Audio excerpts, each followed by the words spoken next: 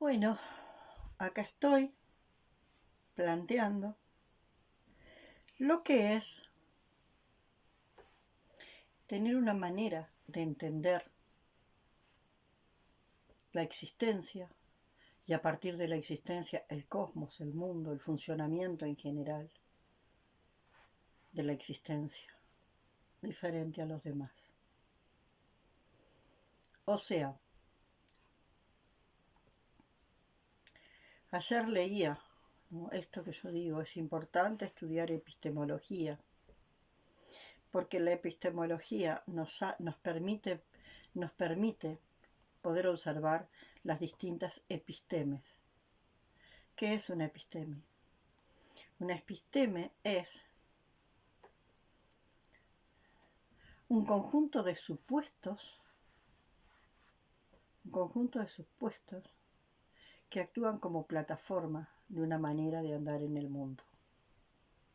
Y la epistemología lo que te permite es mirar las distintas epistemes y los fundamentos axiomáticos de las distintas epistemes.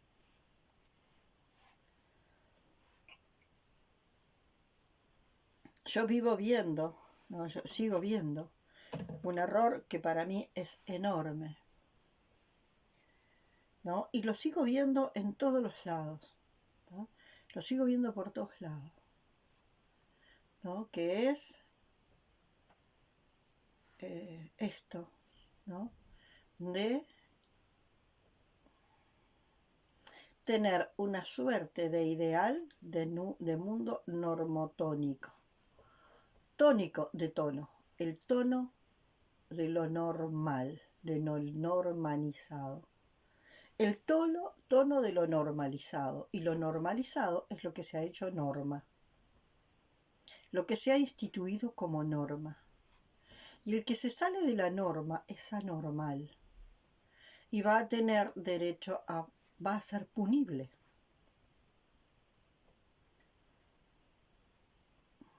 Entonces esto nos pasa a veces muchísimo, y a veces nos pasa que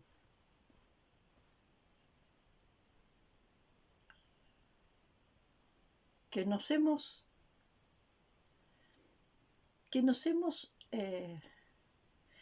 empezado a mirar desde otra perspectiva. Veamos.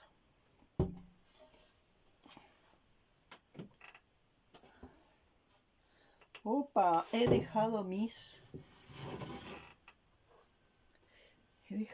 nuevos. No, están acá.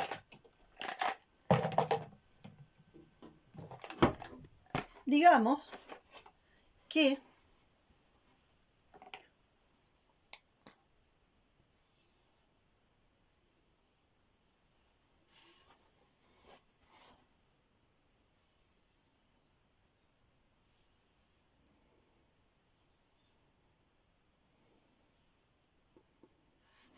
las distintas epistemes son las distintas formas, ¿no? Las distintas formas que estarían acá, en el plano 3.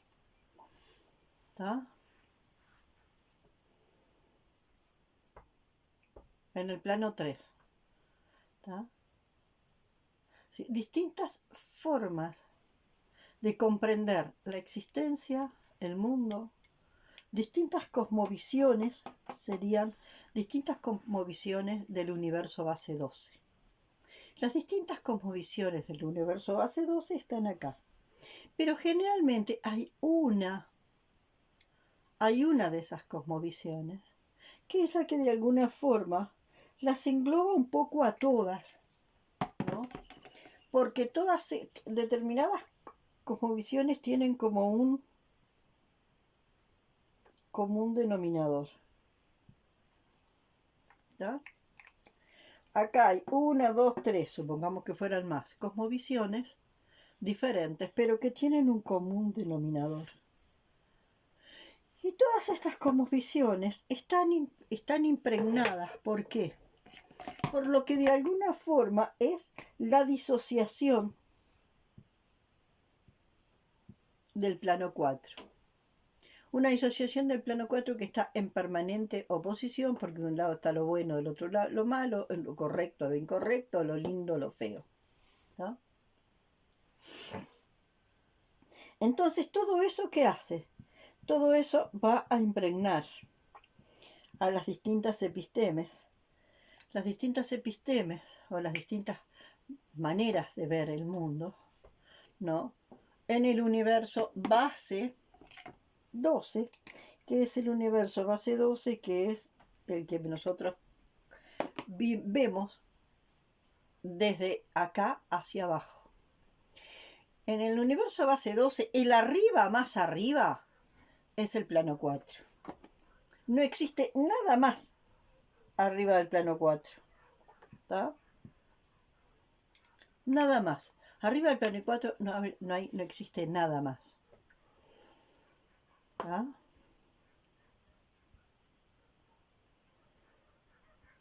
Entonces, todo lo que se ve en el universo base 4,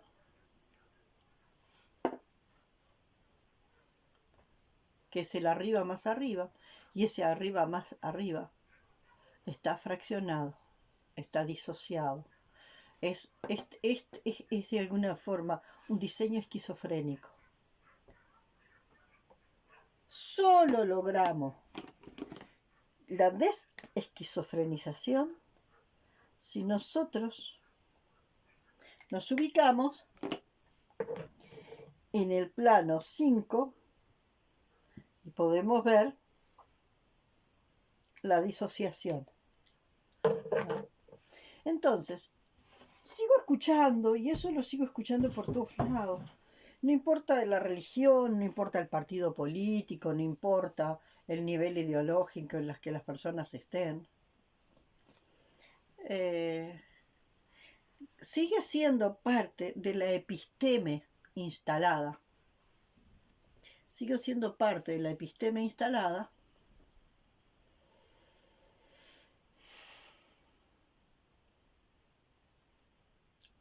que el humano es el ser más evolucionado, por lo tanto, ¿qué es lo que hace al ser humano más evolucionado? Haber superado lo salvaje y haberse vuelto civilizado.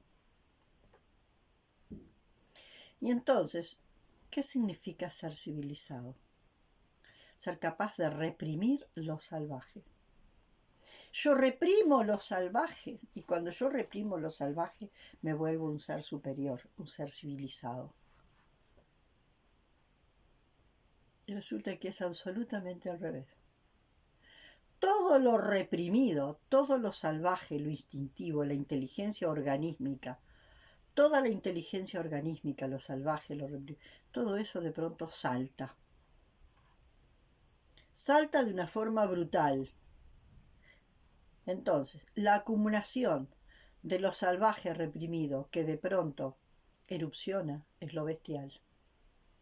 Porque todo lo salvaje reprimido, cuando erupciona a ciegas.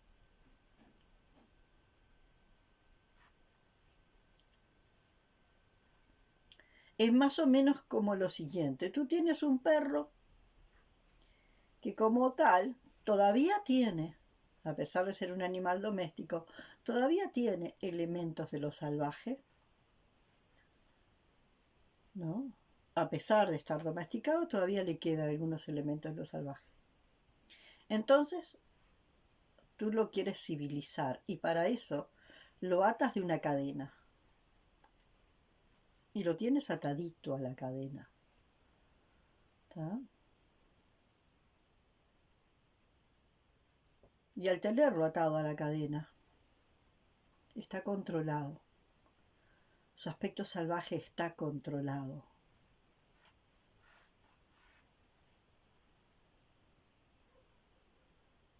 Hasta que un día la cadena se rompe y revienta. Y el perro ya no sale con su inteligencia organísmica que corresponde a lo salvaje. Sale como bestia. Porque todo lo salvaje acumulado estalla junto y de golpe. Entonces sale como bestia a hacer todo lo que durante los 10 años que estuvo atado no pudo hacer. Es como si tú hicieras una represa y pusieras un dique, ¿no? Y entonces, fíjense, imagínense, aquí viene un río y de pronto, ahí viene un río, y de pronto a este río tú le pones un dique. ¿Y qué empieza a hacer? Este río empieza a aumentar, ¿no? Y se acumuló una cantidad de agua porque tú le pusiste un dique de control a esta fuerza que trae el agua. Hasta que un día el dique se quiebra y esto salta con una fuerza ciega. Pero es la fuerza de la acumulación durante años de todo esto que ese dique civilizatorio le impuso.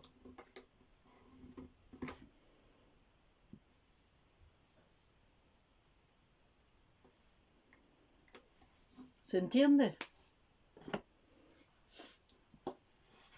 Entonces, acá venía el río, antes venía el río, naturalmente, venía el río que naturalmente llevaba su fuerza salvaje, ¿no? Su fuerza natural, su fuerza salvaje. Acá venía el río, ¿qué venía? ¿Tá? De pronto, eso salvaje molesta y se le pone un dico donde todo lo salvaje se ve contenido por este dique civilizatorio, hasta que el dique se rompe y salta. Bueno, el tema es que en el mundo las personas que hacen más rápido la eclosión, las personas que hacen más rápida esta eclosión, son las personas más vulnerables. Las personas en las cuales ese dique colectivo, que funciona también para ellos, es un dique colectivo que fue introyectado y cada uno tiene ese dique, el famoso dique de la represión. Reprimir lo salvaje, reprimir lo salvaje. Y todo eso reprimido un día salta. El tema es que algunas personas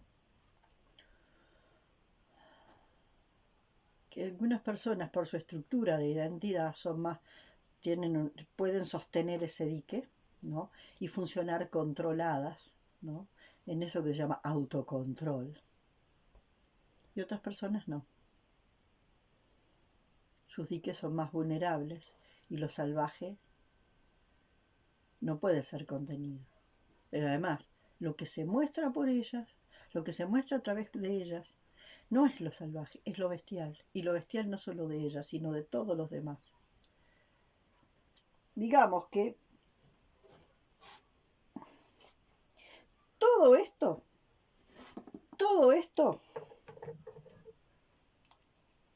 que es la carga de lo reprimido, todo esto, que es la carga de lo reprimido, se reprime y queda en lo inconsciente. Y de alguna forma, el inconsciente colectivo, de alguna forma, ya no puede más, como dice Thomas Hull,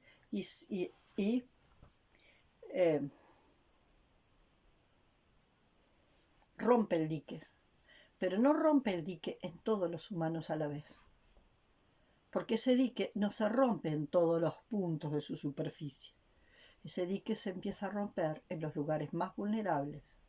Ese dique se empieza a romper en las personas más vulnerables.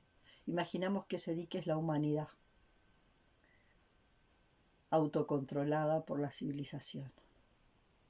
¿Tá? Y lo que viene es la fuerza salvaje de la vida. Lo que viene en el río es la fuerza salvaje de la vida.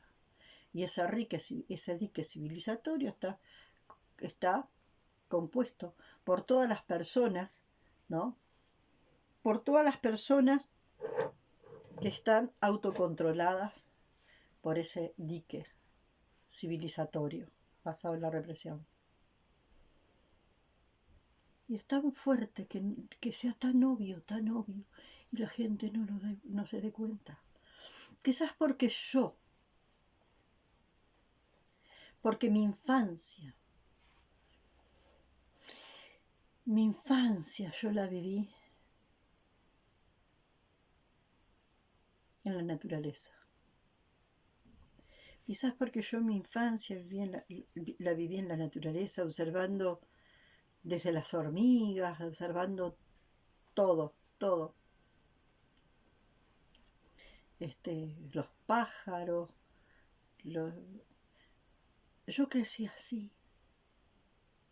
Gran parte de mi día era estar observando la naturaleza y observando lo que pasaba en la naturaleza.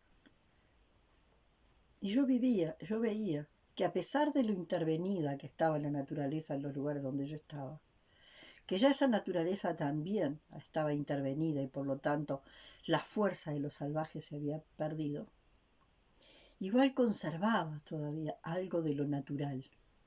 Y ahí tenemos la diferencia de lo natural y lo normal. Hoy se considera que lo natural es lo normal, y no. Lo normal distorsiona lo natural. Entonces es muy fuerte, ¿no? Porque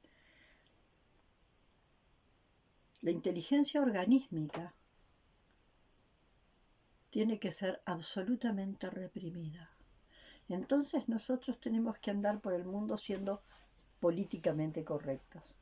Y ser políticamente correctos para ser civilizados.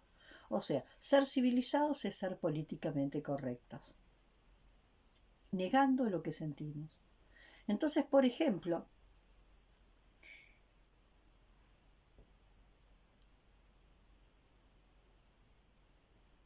uno no puede sentirse molesto. Algo te molesta y no podés expresar la molestia. Algo te fastidia y no podés expresar el fastidio. Algo te enoja y no podés expresar el enojo. ¿Qué tenés que hacer?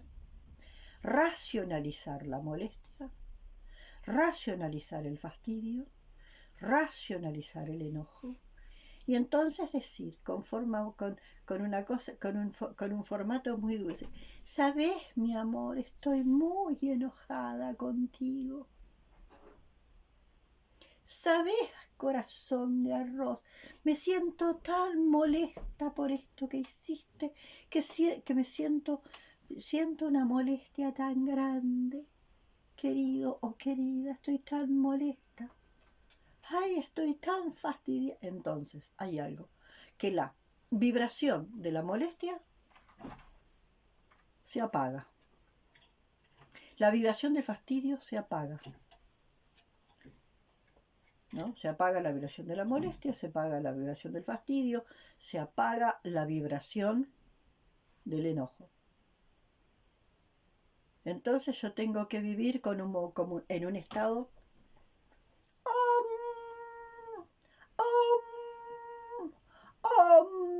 siempre parejo, siempre normotónico, en un único tono, ¿no? Lo normotónico, el tónico normalizado, el único tono que se considera normal.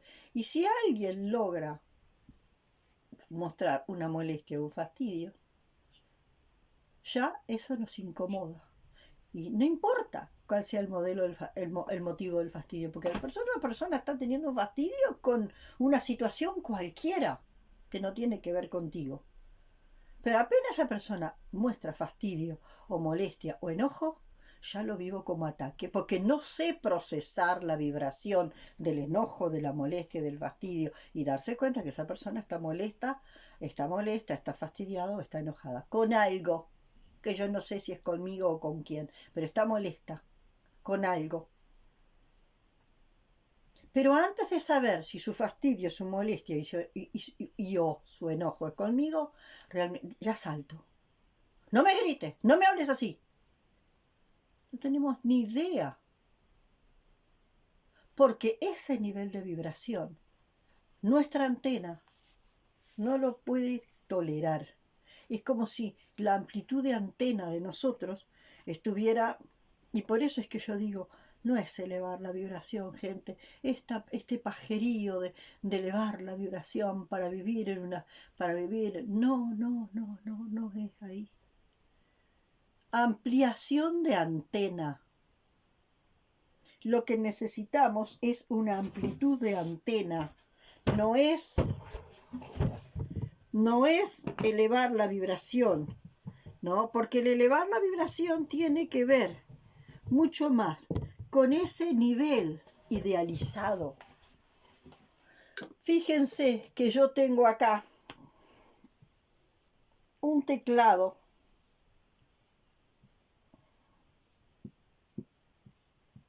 de un piano, ¿no? Tengo un teclado de un piano. Resulta que para los que hablan de elevar la vibración, el teclado del piano está así. Entonces, acá están las vibraciones que son las más bajas o graves. Y acá están las más altas o agudas. Y entonces nosotros cuando estamos en el modelo de elevar la vibración, nosotros al elevar la vibración, ¿qué hacemos? Tenemos la idea de que elevar la vibración es eso. Es subir a vibraciones altas. O sea, subir a las vibraciones de lo que nosotros podemos llamar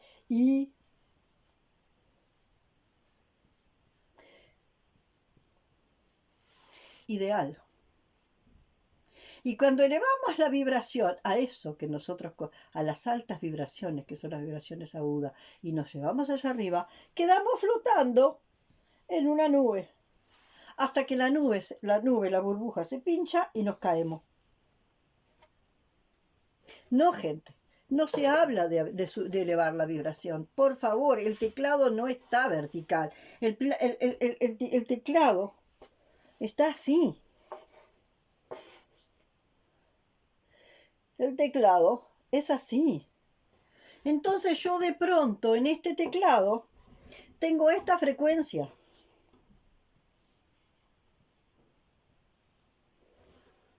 Y entonces estoy en lo más agudo. Otro puede estar acá en esta frecuencia, en lo más medio. Y otro puede estar en esta frecuencia, que es lo más grave. Los tonos más graves, las teclas más graves. Entonces, ¿cómo yo voy a decir que elevar la frecuencia es irme a esta parte? Entonces yo voy a tocar el piano solo acá. Y entonces esta parte del teclado, esta parte la anulo, deja de existir.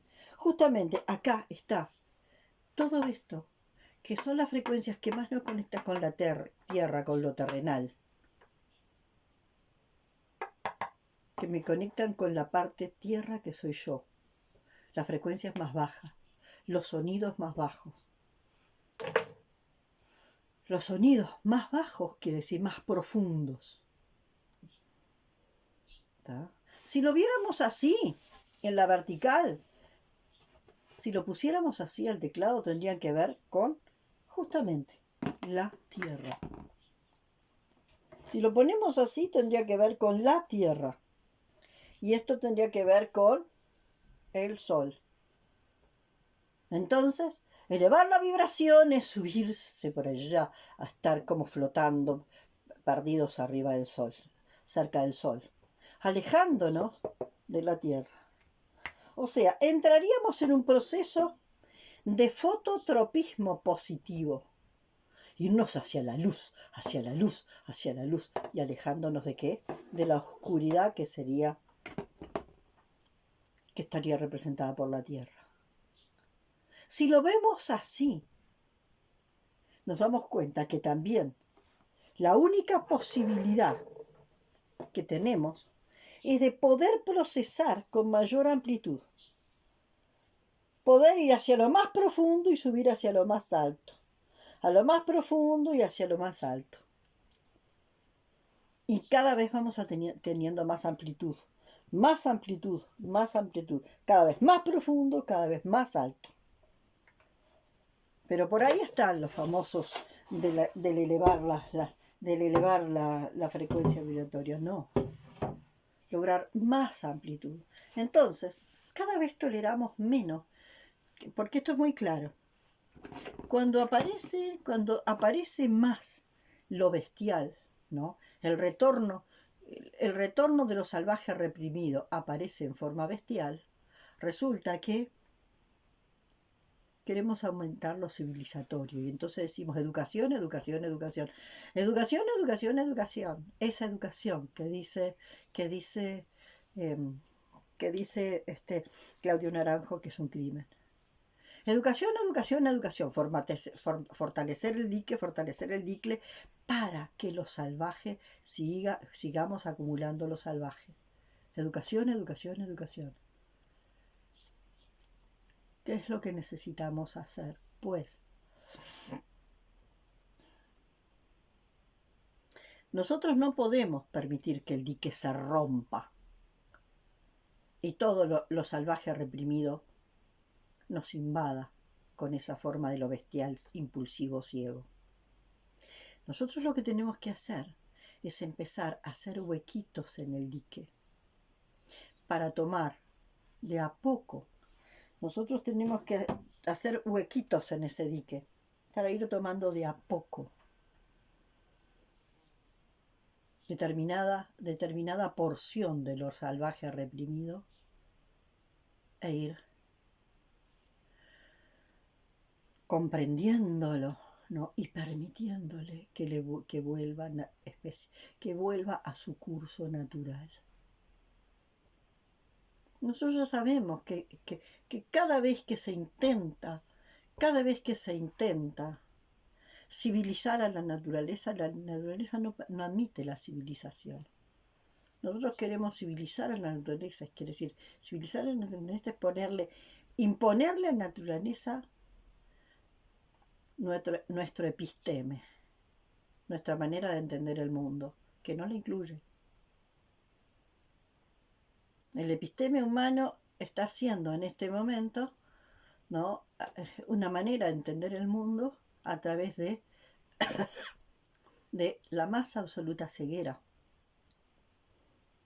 en cuanto a entender a la naturaleza como parte de un superorganismo vivo, sabio. Y ahí aparecen los veganos, y ahí aparecen los animalistas, y con cosas absurdas, ¿no? Que de alguna forma son intentos ciegos de salir de la normotonía.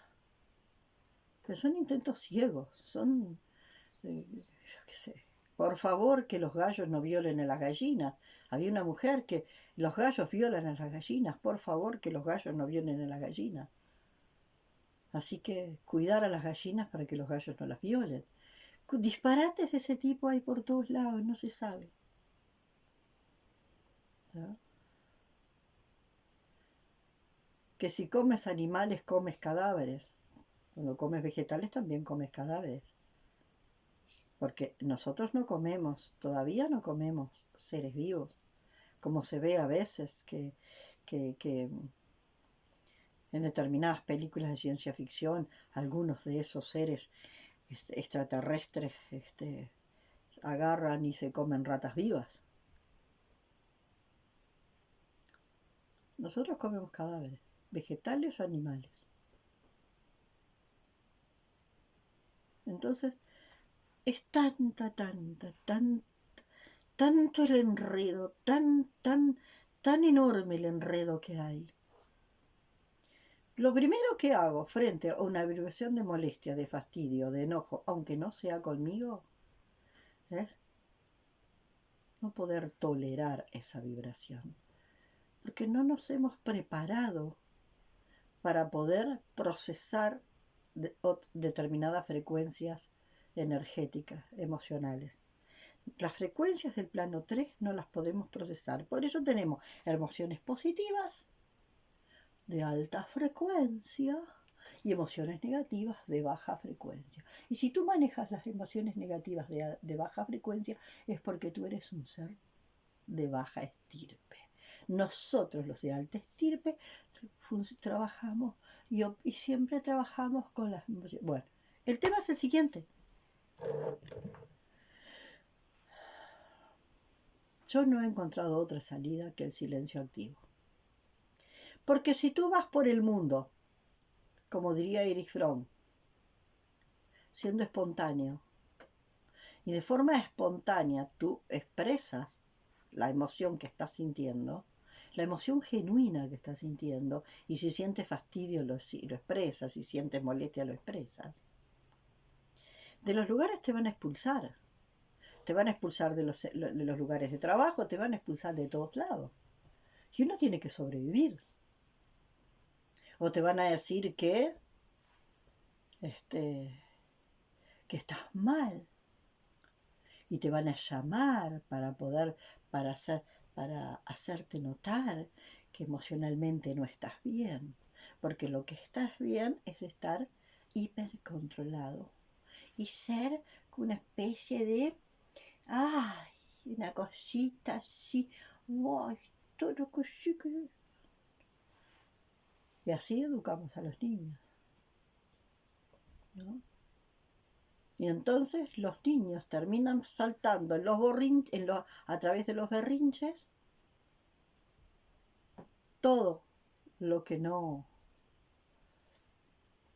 toda la emoción que no somos capaces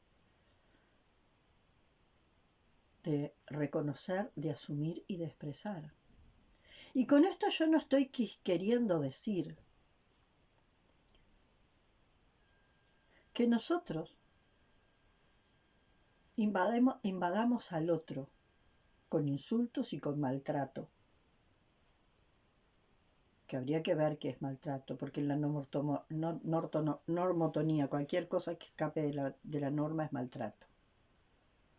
Es como si estuviéramos en llaga viva. Y al estar en llaga viva, cualquier vibración de una frecuencia que no está en la frecuencia que yo amanezco me agrede, y es el otro que me está agrediendo. Porque tú tenés que manejarte en la frecuencia vibratoria que yo manejo. Y hay una frecuencia vibratoria que es la que maneja la mayoría de la gente civilizada.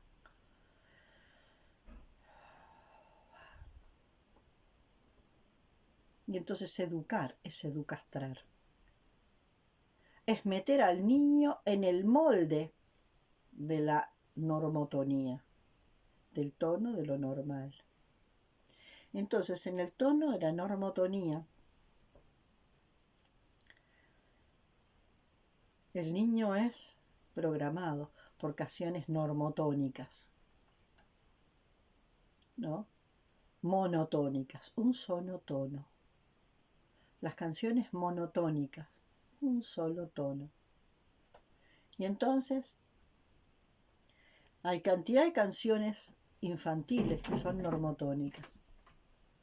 Y todo va a tender a lo normotónico. Yo una vez empecé a escribir un cuento para niños donde hablaba de que la Tierra estaba furiosa con los humanos, ¿no? Y que la Tierra estaba furiosa con los humanos porque los humanos la estábamos destrozando.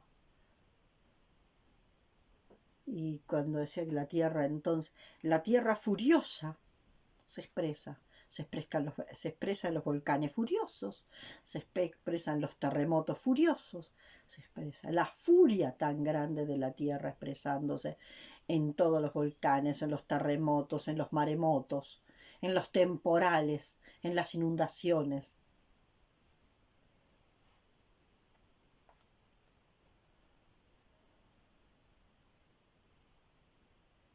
Y la persona me hizo cambiar el cuento porque era muy crudo para los niños. No es crudo para los niños, es crudo para los adultos. Los niños están todavía con toda la frescura para poder entender cosas. Bueno, entonces yo siento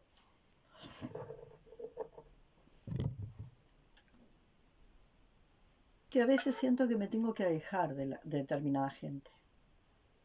Me tengo que alejar de determinada gente que todavía está así años luz de entender esto. Años luz de entender esto. Porque, primero, porque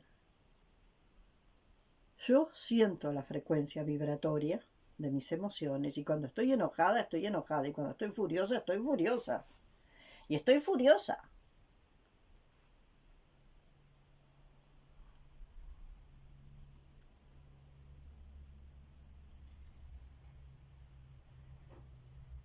Y lo que tengo que hacer es escuchar a mi furia y transformar esa furia en puro empoderamiento. Porque parece que todo ahora tiene que ser en el modo normotónico romántico. Y entonces, en ese modo normotónico romántico, todo tiene que ver con el romanticismo de la mariposa libando el néctar en la flor. Y entonces, lo maravilloso es la mariposa y yo tengo que acercarme a ser como la mariposa, no como la cucaracha. Que su función la cumple, que tiene su propósito muy importante, pero nos han hecho ver como positiva la mariposa y como negativa a la cucaracha. Y así, toda la miseria humana en este diseño totalmente esquizofrénico, toda la miseria humana se la ponemos al burro, al gorila, a la cucaracha, a la hiena.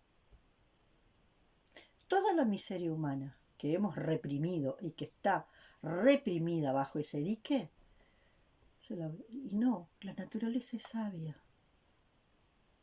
Y no es que la mariposa sea más bella que la cucaracha. Son seres diferentes que cumplen funciones diferentes, pero nos han madrizado la percepción a tal punto en que el desprecio absoluto tiene que ser contra la cucaracha. Y el aprecio tiene que ser hacia la mariposa. Y de alguna forma yo he publicado algo por ahí donde de alguna forma también se ve a las mariposas que salen a buscar la sal.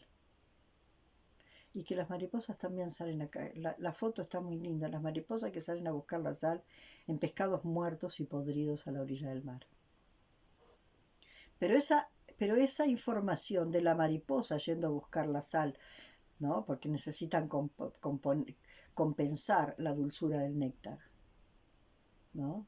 Pero entonces, esa foto la reprimimos, como reprimimos la mitad de la realidad. Porque de alguna forma, en lo políticamente correcto, tenemos esta cosa del mundo, del maravilloso mundo normotónico, donde todos somos preciosos, maravillosos y esto. Y no escuchamos nada de lo que el otro dice. El otro puede seguir diciendo la barbaridad más grande del mundo y puede estar cometiendo el error más grande del mundo, pero estamos cagando afuera de la escupidera, pero románticamente, con una frecuencia maravillosa. Y el otro está cagando afuera de la escupidera y haciendo todo mal. Y nosotros, qué lindo lo que estás haciendo, qué divino, mira, qué inteligente que sos, mira cómo cagás afuera de la escupidera, qué bien, qué bien.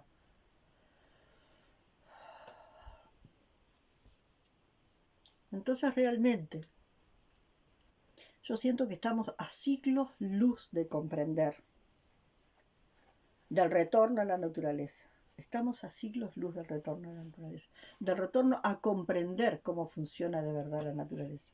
A siglos luz. Entonces, yo ya por suerte no tengo que funcionar y no tengo que estar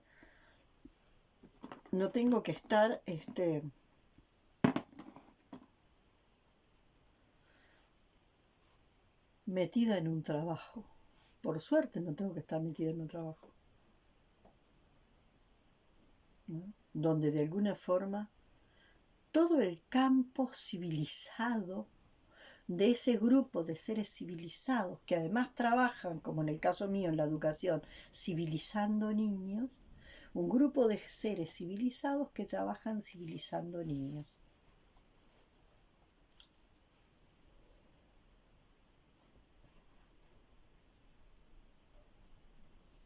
Entonces, ahí volvemos de vuelta a lo mismo.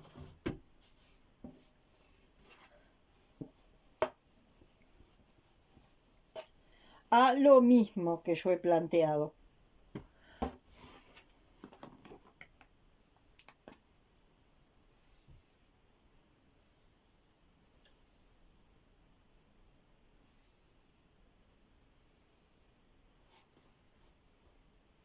Cuando yo estoy acá, ¿no?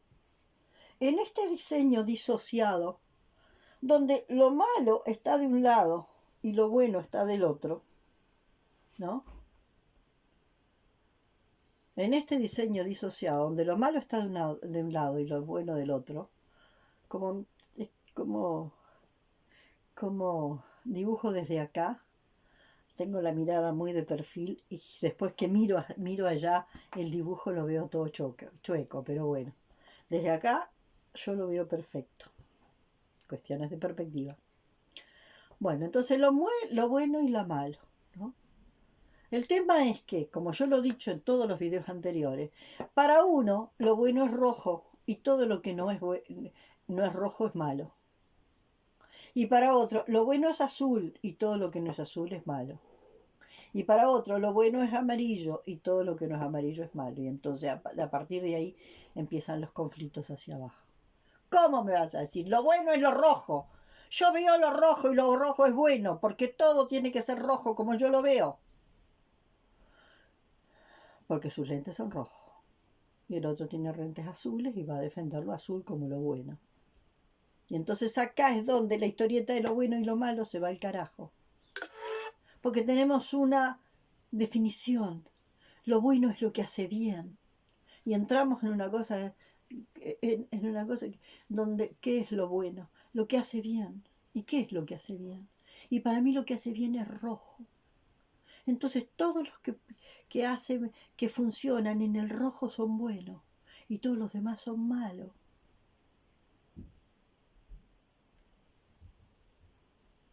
Y todo lo bueno, y entonces el daño no hace daño. ¿Existe vida sin daño? ¿Existe vida sin daño? No existe vida sin daño. No existe vida sin muerte.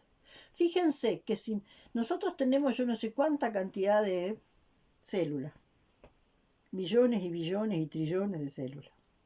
Imagínense que para que nuestro cuerpo se mantenga, ¿no? Todo el tiempo están muriendo células y naciendo nuevas, muriendo células y naciendo nuevas.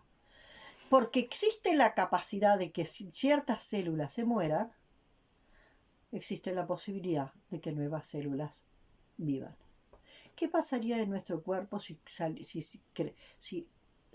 nacieran nuevas células y nuevas células y nuevas células y no muriera ninguna? Nosotros seríamos como una bola de, no sé, seríamos como una bola redonda de células de, no sé, de 100 metros de diámetro. Nacen nuevas células, nacen nuevas células, nacen nuevas células y ninguna célula se muere. ¿Qué es lo que está pasando ahora en la humanidad? Nacen más niños, nacen más niños, nacen más niños y se enlentece la capacidad de morir. Y ahí hay una historia muy clara, no entender que la muerte no solo es necesaria, sino que la muerte es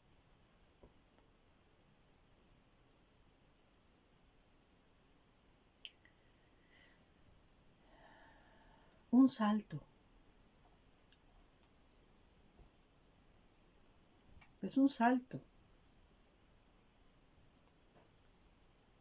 Entonces podemos entender que las células que se murieron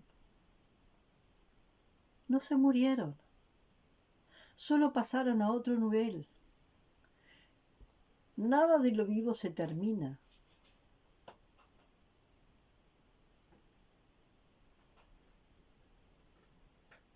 Entonces, mientras nosotros sigamos con el terror de la muerte y la muerte para nosotros sea igual a una calavera con una parca negra y una guadaña, nosotros vamos a querer que todos vivamos. Y vivir, y vivir, y vivir, y vivir, y vivir. En el video anterior hablé de esto de la vida y la muerte y formas distintas de entender la vida y la muerte, cómo se entiende abajo del cuarto plano y cómo se entiende arriba del cuarto plano, cómo se entiende la vida y la muerte en el nivel, en este nivel, y cómo en el nivel horizontal, y cómo se entiende la muerte en el nivel vertical. Acá es más vida y más cantidad de vivos, más vida y más cantidad acá, más vida y más cantidad de vivos. Y cada vez más vida y más cantidad de vivos. Que nadie muera, que nadie muera, que nadie muera. Que nadie muera. Y por acá querer la inmortalidad. Uf. Y como yo planteo, la vida tiene que ver con esto, con el eje vertical, que tiene que ver con la cantidad de energía conciencia que me habita en este instante. Y no con la cantidad de tiempo que voy a vivir y con la cantidad de seres que van a vivir.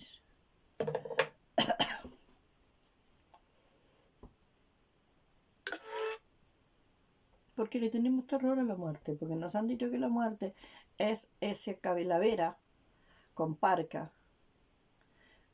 negra, que nos viene a buscar, y con una guadaña que nos viene a llevar a los infiernos.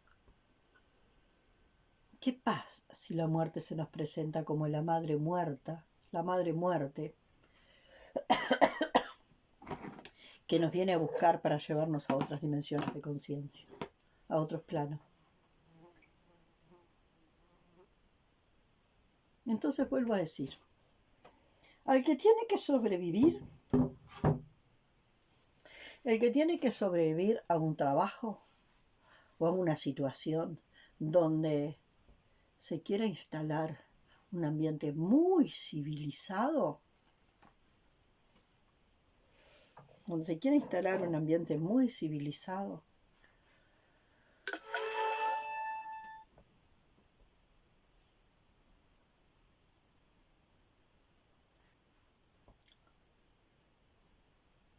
hacia afuera tiene que funcionar como civilizado, porque si no, no va a sobrevivir en ese trabajo, lo van a echar, lo van a expulsar, lo van a sumariar, lo van a no sé cuánta cantidad de cosas. Hacia afuera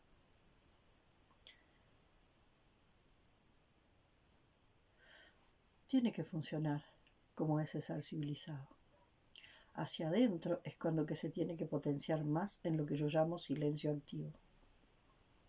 Y el silencio activo quiere decir que todos te podrán silenciar la voz física, pero la voz abstracta no te la pueden civilizar. Sostener en el silencio activo tu manera de ser, de pensar. Sostenerla y respirarla. Entonces, vas a expresar lo que sentís en un nivel diferente. ¿Tá? Vas a expresar lo que sentís, digamos, como si tú estuvieras sosteniendo lo que sentís y lo que pensás a nivel cuántico. Aunque tu manito parezca civilizado, a nivel cuántico vos sostenés. Y es como si telepáticamente estuvieras sosteniendo tu manera de pensar. ¿Tá? Como a nivel telepático tú estuvieras sosteniendo tu manera de pensar. ¿Tá? Aunque no lo digas. Aunque decidas silenciarte en el plano 1. Pero en los demás planos te mantenés. ¿No? Te mantenés con tus contenidos de conciencia. Te sostenés como sostenés tus contenidos de conciencia desde el silencio activo. ¿No? Es como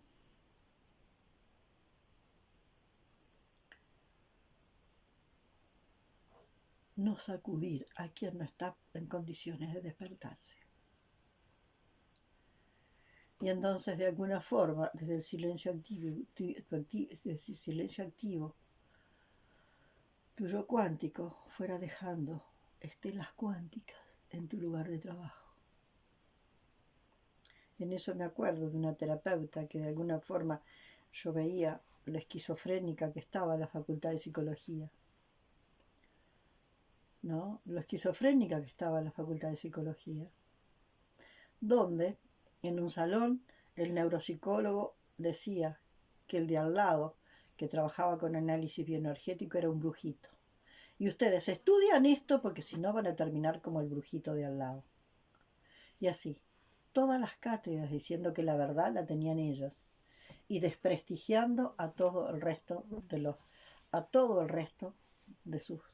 el resto de las cátedras.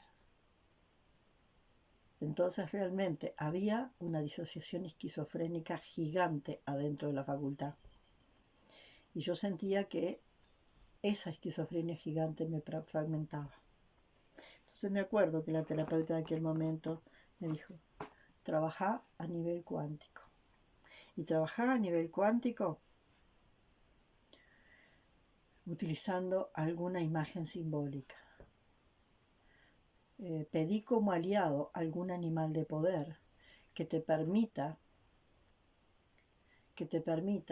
la imagen de hilvanar todo lo que está fragmentado, ¿no? Y trabajaba mucho en eso. Entonces yo trabajaba con eso.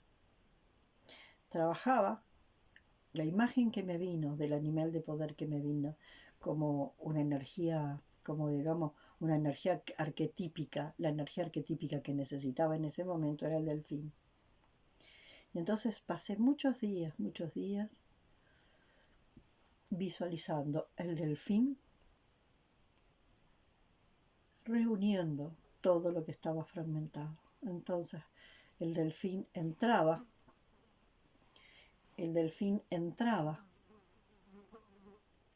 a un salón y salía, y entraba a otro salón y salía. Entraba a un salón con el de neurofisiología y salía. Entraba a otro salón donde estaba el psicoanalista y salía. Entraba al salón donde estaba el conductista y salía. Y entraba al salón del Gestalt. Y iba uniendo las distintas partes fragmentadas que estaban dentro de la facultad funcionando de la forma, una facultad de psicología que estaba funcionando como una institución esquizofrénica. Eso fue lo que me permitió a mí cursar el último año. Cuando volvía de la facultad, pasaba a veces una hora con ese trabajo, ¿no? De hilvanar lo que veía, de hilvanar lo que yo percibía fragmentado. Entonces fíjense cómo nos vamos fragmentando. Y vuelvo a comentar algo que yo he planteado más de una vez. Si en un jardín de infantes tenemos la mesa roja donde van los autitos, la mesa azul donde van los bloquecitos lógicos, en la otra mesa donde van los muñequitos no sé qué, y la otra vez, entonces 4 mesas o 5 mesas donde acá jugás solo con los bloquecitos y allá jugás solo con los autitos y acá jugás solo con los muñequitos y acá jugás solo con determinados cacharritos. Compartimentos estancos, juguetes fragmentados en compartimentos estancos. Cuando un niño quiso armarle con bloquecitos lógicos el garage para la camioneta, le pegaron un rezongo. Y después no sabemos lo que es la neurosis de clases. La clase de los autitos no se mezcla con la clase de los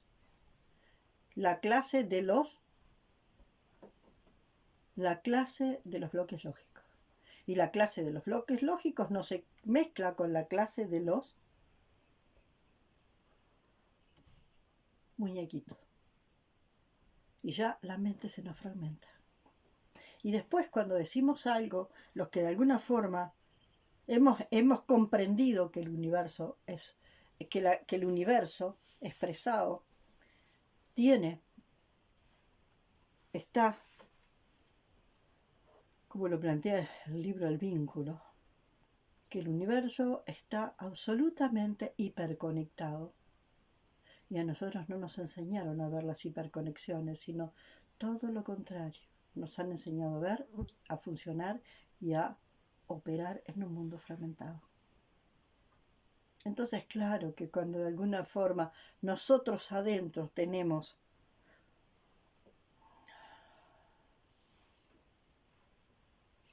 la memoria de la unidad, cuando algunos de nosotros, heyokas o a lo mejor con, como dice Barbara Brennan, la conexión tan grande con la unidad que tienen los esquizoides, cuando nosotros tenemos la conexión con la unidad que tienen los esquizoides,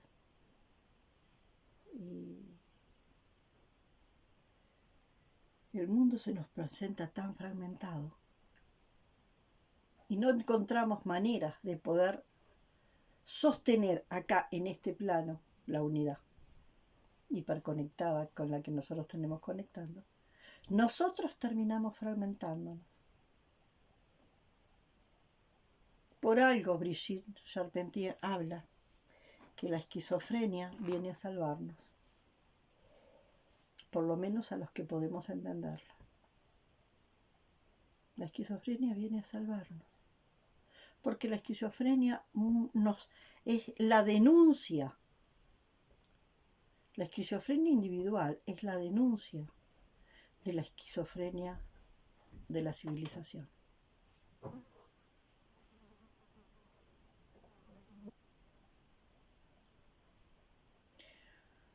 Entonces, el esquizoide, yo lo planteo muchas veces, el esquizoide, realmente el esquizoide,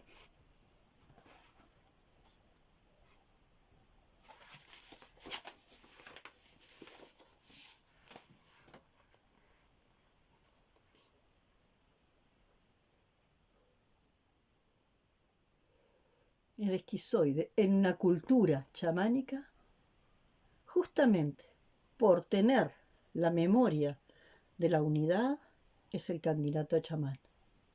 En cambio, en esta cultura, el esquizoide termina en esquizofrenia.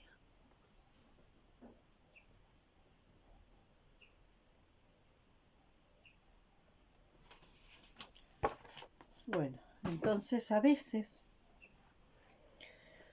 cuando nosotros tenemos estas maneras de ver el mundo tan diferentes, muchas veces tenemos que separarnos hasta de los seres que más queremos.